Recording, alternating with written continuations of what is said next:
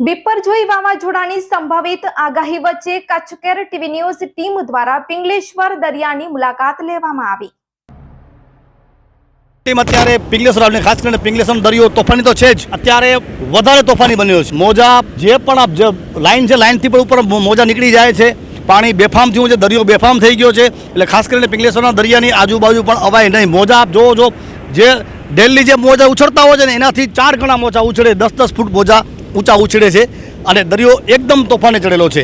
Kutch care TV ન્યૂઝની team અત્યારે પિંગલેશ્વર દરિયા કિનારે આવેલી છે। પિંગલેશ્વર દરિયા કિનારે આપ જોશો અત્યારે મોટા મોટા મોજા ઉછાળા લઈ રહી છે અને લાગે છે કે બિપરો જે વાવાઝોડો જે છે એની અસર અહીંયા થોડી ઘણી અંશે દેખાઈ રહી છે।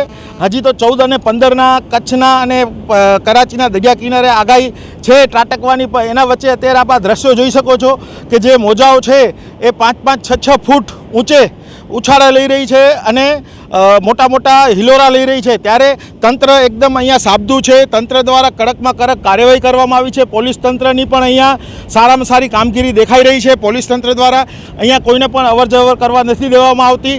તંત્ર, સરકારી તંત્રએ પણ અહીંયા પૂરેપૂરી તકેદારીના પગલાં લીધા છે।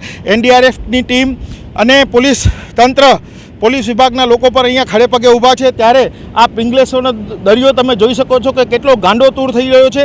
કચ્છ કેરની ટીમ હાલ જે બિપરજોય વાવાઝોડો આવ્યો છે એની બિપરજોય વાવાઝોડો જે આવવાનું છે, જેની શક્યતાઓ છે, જેની હવામાન ખાતાએ આગાહી કરી છે કે આ બિપરજોય વાવાઝોડો કચ્છમાં ત્રાટકી શકે છે, ત્યારે એવા સમયે સ્થાનિક અહીંયા આવી અને ચિત્ર જોવા આવી છે કે શું સ્થિતિ છે।